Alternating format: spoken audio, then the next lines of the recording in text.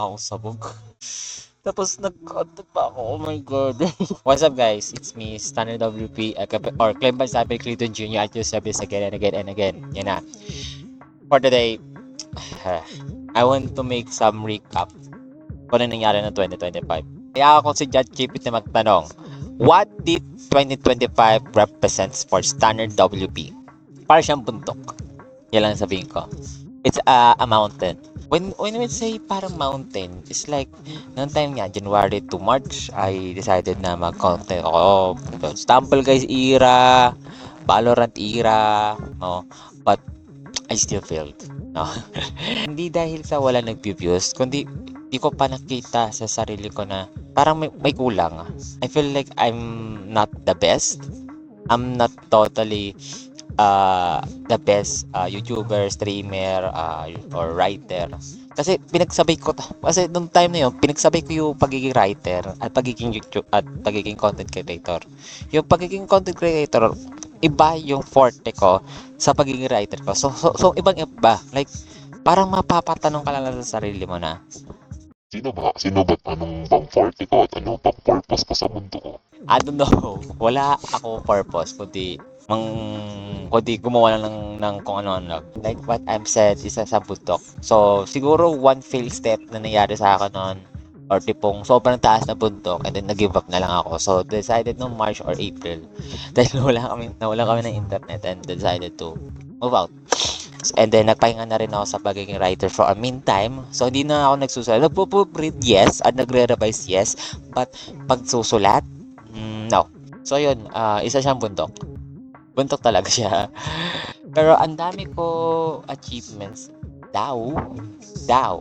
Kalam ko, daw. When we say daw, di ko lang kung sinasabi ko. When we say biggest achievements, like, nung pumasok ako sa What is 2025, either hindi man ako napalit as a shortlist or winner or mention kahit special mention, posible rin na na nag-grow up ako. So siguro there's a missing pace. Siguro hindi talaga totally akma yung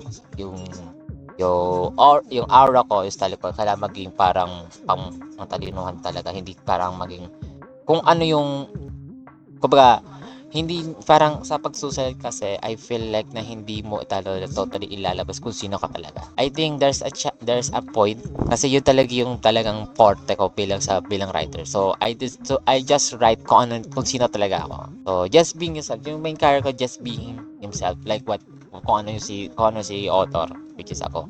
Ano yung forte ng writer, but there's a biggest achievement is like natapos rin ko yung LR, na-revise ko yung TDF. So, naging from di ko maintindihan to sobrang chaotic. From di ko maintindihan to hindi ko rin maintindihan style. Okay. Next is, ewan ko ba. So, madami ko pa yung struggles, friend. But ayoko nang pag-itin. Kasi parang ayoko mag-seek ng help sa inyo. I will not seeking some help na parang naglilimos, no? Parang, ma'am, sir, yung tipong pang emergency pero gagamitin naman pala sa hindi naman pala pang emergency. Ewan ko, pati yung mindset ko rin, ewan ko, ayoko, di man sa di ko lang sa like kinaka-proud yung mindset ko, pero di ko sure kung tama ba yung mindset ko, or di ko get, or di nyo gets. Kasi, natututo na ako makontento sa kung ano yung wala sa akin. Kasi kung ano yung wala sa akin, fine, ayoko hanapin pa.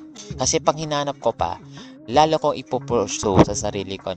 Balo ko pang ipupush or ipe-pressure sa sarili ko. Kasi kung the more nang naghahanap ako na wala naman talaga totally or imposible, yung tipong one shot, one hit pack. Kasi yung tipong easy to get, yung tipong one day wonders, no? Mga one chance wonders, one shot wonders. No? Parang Leverkusen style, no? Bayer Leverkusen style, no? Parang wag mong ikaw mismo ang maghanap. Hayaan mong sila mismo ang lumapit sa iyo. Kasi no more na piniplease mo yung sarili or pinipressure mo yung sarili mo papunta doon sa gusto mo as in, lalo kang babaksak. Kaya mas better na sila mismo mabibigyan ng opportunity. So now wala. So now no. So no. Kasi ito yun yung year na, yung 2025 year, alam kong hindi ako sumikat, umangat, kahit konti lang. O meron man konti lang siguro, konting achievements lang, or wala, or everything, pero it make me focus sa bagay na hindi ko sinasabay yung mga issue like what I did, and hindi ako totally hands-on. Noong time ng 2024 kasi nung time na naging registered author ko, parang desperado ko maging ay makakalibro ako kasi receive ano ako. Kasi nung time na nagbibigyan ako ng MMV ng chance, and also nung time na nakaroon ng naging registered author ako, and parang nabigay ako ng parang ang laki ng opportunity na binigay sa akin. Sobrang lawak, sobrang laki. Sobrang wow. Kaya unti-unti ko na-realize na hindi lahat pare-parehas tayo ng mindset. Hindi lahat yung mindset mo ay tama. Kasi kung tama sa dito, baka hindi tama sa kabila. Kasi yung mindset ko kasi parang hindi ko gets. Hindi rin ako totally na nagko-call out. Nagko-call out ako before, but now parang for the memes na lang. Parang kasi yung kahit anong call out mo, kung hindi pa na nagbabago yung kino-call out mo, useless pa rin. Parang konti na lang, parang gusto mo na lang manapak para matura ng text section, pero no, you can do that. You can do that kahit police ka pa, kahit presidente ka pa sa Pilipinas, you can do that.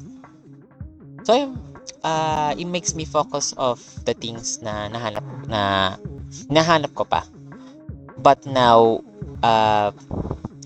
as for the moment, still na hayaan ko na lang sila mismo ang maghanap sa akin. Ayoko na yung tipong ako na. Kasi nahanap ko siya pero nag-stop ko na lang at hayaan ko sila na lang mismo maghanap sa akin. Kasi kung pinipressure ko pa yung sarili ko na hanapin ko, no. So, hindi rin ako nag-expect na makaroon ako ng isa pang opportunities. But, again, this is Tanner WP. Ayoko lang talaga na pag binigyan ako ng opportunity like what I did in 2024 na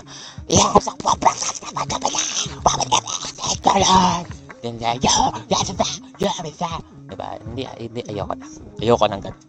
So, konting pang roto show style na humor, cancel ka. So, nung 2025, give some opportunity na hindi naman pala totally binigyan ng opportunity, but natututo na rin ako. So yun guys, thank you so much sa mga nanonood. Forget, kung gusto nyo subscribe, go. Kung hindi, okay lang. Sila magtatapos ng video, huwag kalimutan mag-like, comment, and subscribe. Or if you don't, get. Kahit bakit Junior na mama.